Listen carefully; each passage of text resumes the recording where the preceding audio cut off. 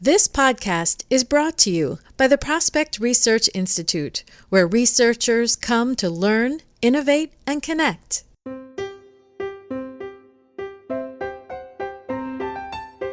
There are a lot of people that engage with our organization completely digitally that could be highly engaged individuals that we're completely missing on a donor engagement aspect. Welcome to Prospect Research Chat Bites, a podcast by and for prospect research professionals. I'm Jennifer Filla. Today, I'm talking with Joseph Stabb, Assistant Professor of Practice at the University of Tennessee, Knoxville, in the Tombras School of Advertising and Public Relations. Hello, Joe. Thank you for joining me today on Chat Bites. Hello, thank you for having me. I'm glad to be here. I am really interested in your work on connecting fundraising to marketing and communications data. But first, I'm hoping that you'd be willing to share a little bit about your career path because your LinkedIn profile is a very interesting read. I have had quite the winding path in my career and my education. One of my first jobs outside of a family business is I developed websites for the Air Force Research Laboratory. I started when I was 17, and that was a really great experience. I had been an overachiever in high school, and I developed the website for my school district when I was in 10th grade. You know, this is back when everything was hard-coded and HTML and Notepad. This was before Front Page and Dreamweaver even existed. So I self-taught HTML coding and web coding at the time. Never wanted to do that as a career. Ended up doing a lot of it during my career. I've done a lot of different things. I've been a flight attendant. I've worked in retail. I've worked in hospitality and tourism. I did my undergraduate degree in public relations from Utica University. I worked for healthcare facilities. I worked for agencies, all within the public relations, marketing, communication realm. And then also a lot of that in healthcare and nonprofits I worked in were combined with the development offices. So I also did some development and fundraising work while I was there. And really the fundraising side of my career is all hands-on learning, as it was with most that go into fundraising. I did my master's in management from CUCA College and then worked some more. And then I went back for my PhD, and I did my PhD in leadership and policy at Niagara University. Eventually, that got me into a full-time position in higher education, teaching primarily in public relations, but I also teach special topics courses in data and predictive analytics, social media analytics, event planning and management, and the principles and practice of fundraising.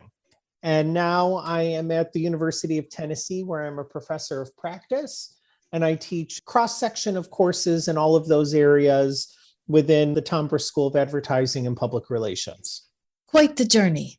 Yes. Now, what I didn't hear was prospect research, but I know I met you as a member of APRA New York. How did you get involved with APRA? So a lot of my involvement comes from various projects I've worked on with nonprofits, whether it was at the agency, being directly employed, things like that.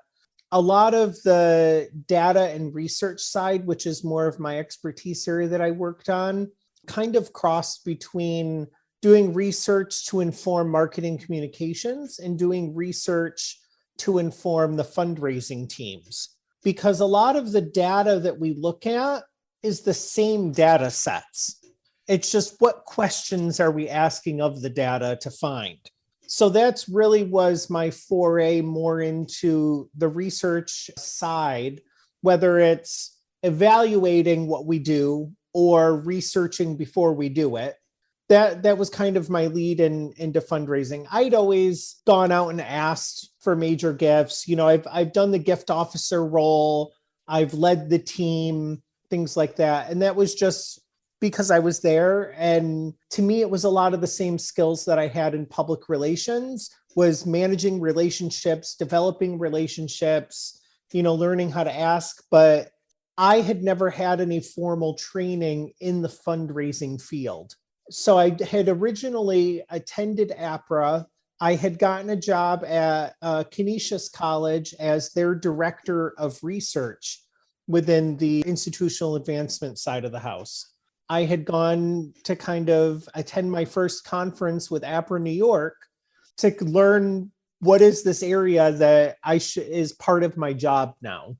And I started learning the more formal side and learned all these research skills that I had and had developed were all applicable. It's just how I was asking questions of the data and what indicators I was looking for in the data to answer those questions.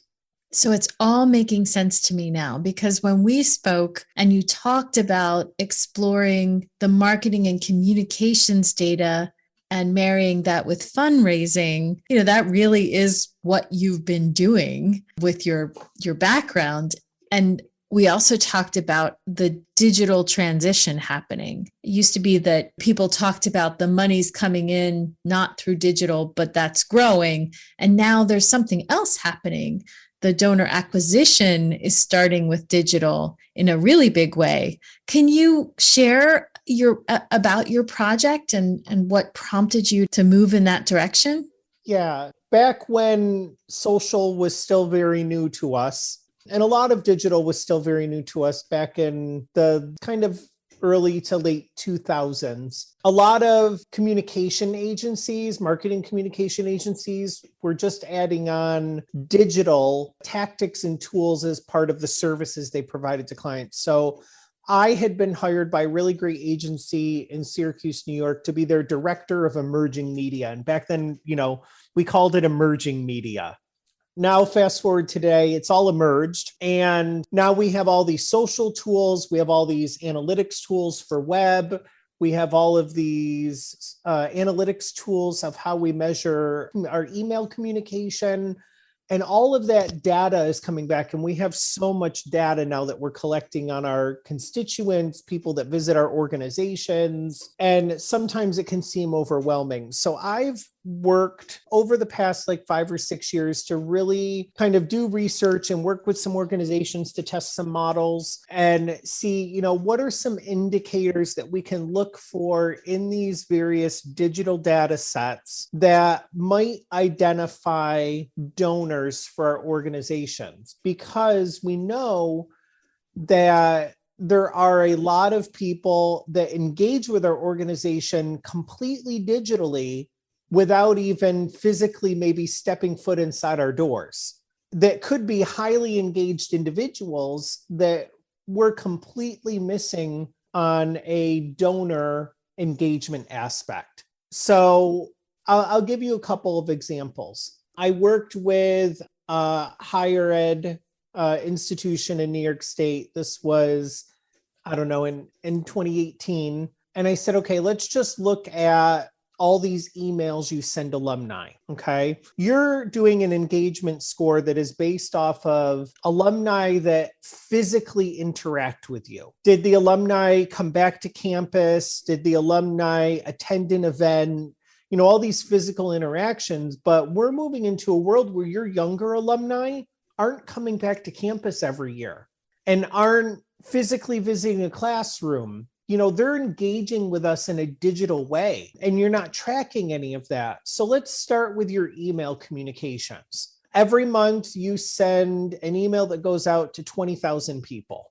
Well, let's look and see who our most engaged people are with a subset of those emails for a given year. So we looked at 1 quarter. We looked at 4 emails that were sent, and we combined all of those analytics from those. And we wanted to look at engagement. Well, an engagement factor of an email is not just an open.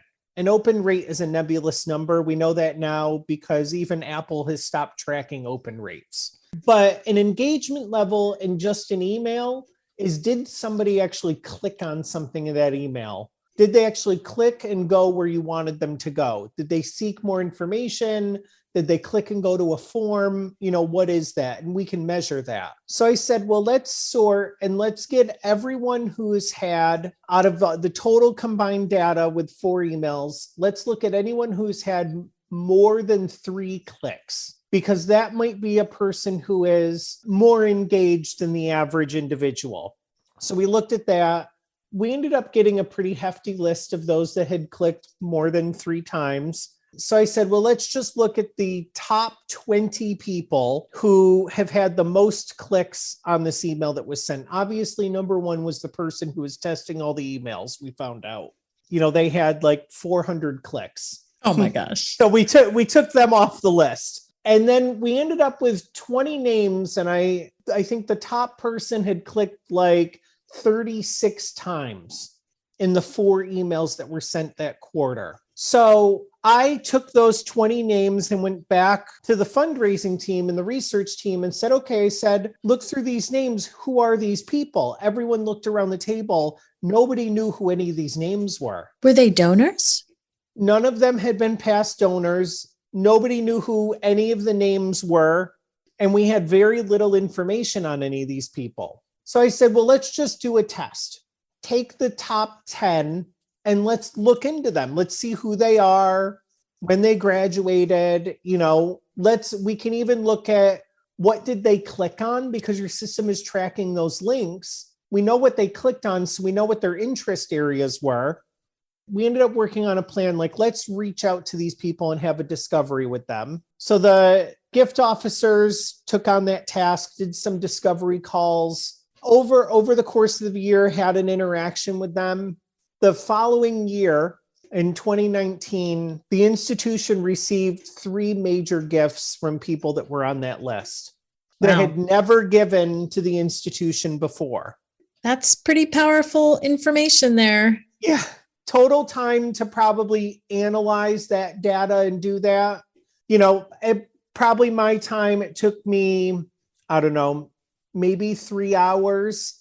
Once I had all the data extracted, to combine it, analyze it, merge it all, things like that. Probably another, I don't know, I want to say 5 to 10 hours for the research team to put profiles together on the top 10 people. A little bit of effort was put in, but we were able to get a really good payoff out of it. And I'm not saying everyone's going to get that, but this is a different way to look at some of our data that we have. And we might be able to engage with new prospects. So that's one example. And I'm guessing that the messaging to convert people to donors maybe just wasn't resonating with them. They may not have even been receiving it.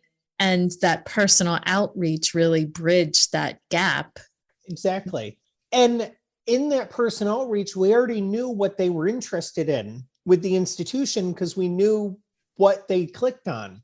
We knew if they were interested in a certain program or in a certain activity happening on campus or in a certain individual, because we knew exactly the information they clicked on. We knew what they wanted to know. So that helped it when the gift officer went out to meet with them. They knew what to talk about. They knew what information to bring to them. You could have a more personal conversation with the individual because we already know something about them and what their connection to the institution is. So when you talk about asking different questions of the same data, I worked with a client recently where they did just that. They were asking their direct response data providers to give them information to inform major gifts. But the funny thing that came out of it was that they gave them external data, such as wealth and giving to others, but then they didn't provide them with the internal data, which of course is a marker of affinity for those donors, those existing donors. And I thought, what went wrong in that communication? Because they asked a data provider who does great work, but clearly there was miscommunication. How can nonprofit fundraisers talk to these data providers like the email data in a way that they can get a file that they can use? How do they ask those different questions and get what they need? So from a pure fundraising aspect, some of the data from the digital side, your data provider might not have. And I talk about this a lot in many institutions, usually larger institutions. The marketing communication side of the house that manages the website and manages the social media content, might be managing the content in an email that's being sent out, Right. is not regularly communicating with the fundraising and development side of the house.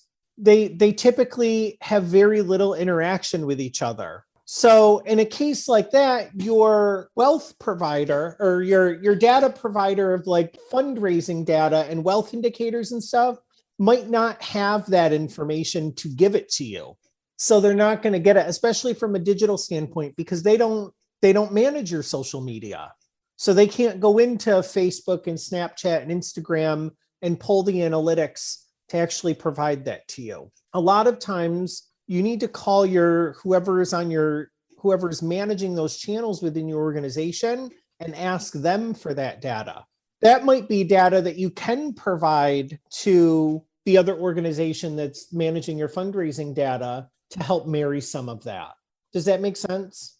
It does. And maybe if there is siloed positions or functions, departments, maybe it's time to sit down in a room together to talk about the data, because the communication seems to break down around, asking for something too specifically and it's not what you need, or not asking specifically enough. So fundraisers and marketing people have very different jobs. Yes. So I'll give you another example of this, especially with social media. From a PR and communication side, we constantly analyze the data, just the social media data, because we want to know who our social influencers are. Those are the people that are highly engaged in the social channel, that are actively resonating our message from a communication standpoint. And we want to develop relationships with them because we want them to keep resonating our message, because they have usually large followings or have some sort of influence in a social media sphere. If those individuals are connected to our organization, fundraising also wants to know who our social influencers are, because those could be individuals that possibly have wealth, but also might have a high inclination and an affinity for our organization because they are so highly engaged with what our organization is doing. They might be good influencers on a campaign and help be able to fundraise for a certain project and be able to lead that. And I talk with a lot of fundraising professionals. They're like, well, how do I analyze the social media data? And I'm like, I can show you how to analyze all of that and how to identify the social influencers. But it might be easier for you just to call whoever is managing the social channel and ask them, because 9 times out of 10, they already know who those people are and can just give you the list.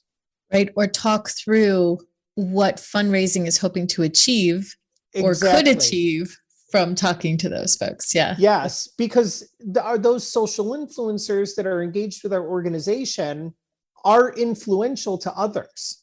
So engaging them in your fundraising campaigns or your fundraising goals might be able to use them as the channel to engage with a wider audience to donate to your organization.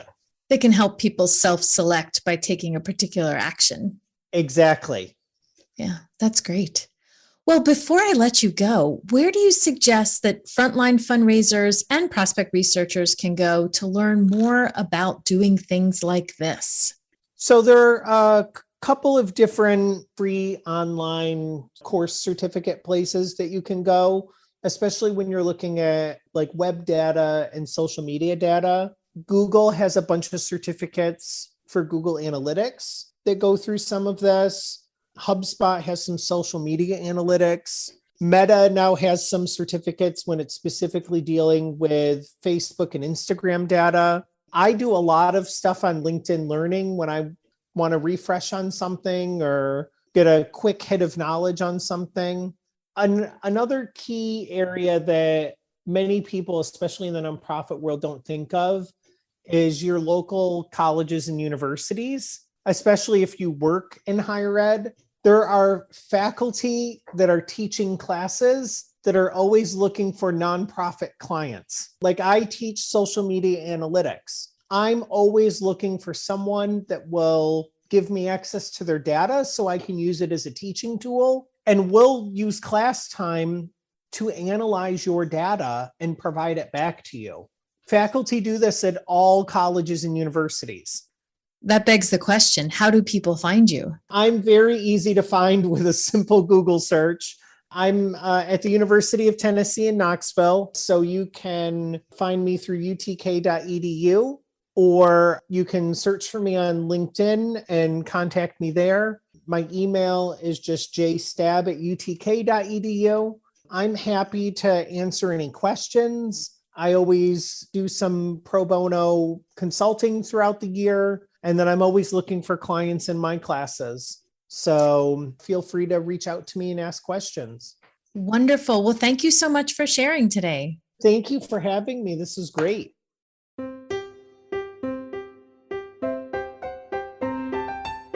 That was Joseph Stabb, Assistant Professor of Practice at the University of Tennessee, Knoxville, in the Tombras School of Advertising and Public Relations. And you heard him. It's time to break down the work silos and start talking. Fundraising and development need to start working with marketing and communications, because if you have constituents with high digital engagement who are not yet donors or small donors, then you have new donor prospects and potential major gift prospects. So get talking.